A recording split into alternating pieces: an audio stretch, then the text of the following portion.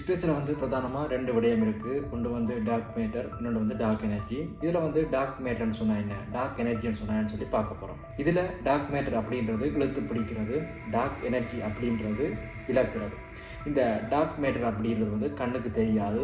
இந்த டார்க் மேட்டருக்கு வந்து மாஸ் இருக்குது, இதுக்கு வந்து கிராவிட்டி இருக்குது. இந்த கிராவிட்டியால் டார்க் மேட்டரை வந்து உணர முடியும். இந்த டார்க் மேட்டர் வந்து ஒளியை பிரதிபலிக்கவும் செய்யாது. இந்த டார்க் மேட்டர் இருக்கிற காரணத்தால் தான் கேலக்சிகள் எல்லாம் வந்து சிதறடிக்கப்படாமல் இழுத்து பிடிச்சிருக்கு. இந்த டார்க் மேட்டர் தான் வந்து இந்த கேலக்சிகளையே இழுத்து பிடிச்சிருக்குது. இந்த டார்க் மேட்டர் இருக்கிற காரணத்தினால நட்சத்திரங்கள் வந்து மிக வேகமாக சுழலுது.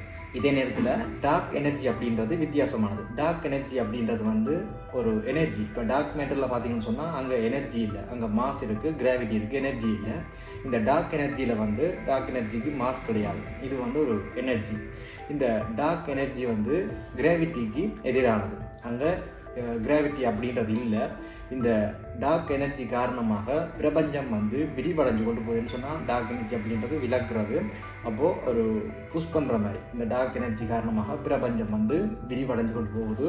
அப்போது டார்க் மேட்டர் அப்படின்றது இழுத்து பிடிக்கிறது, டார்க் எனர்ஜி அப்படின்றது விளக்குறது.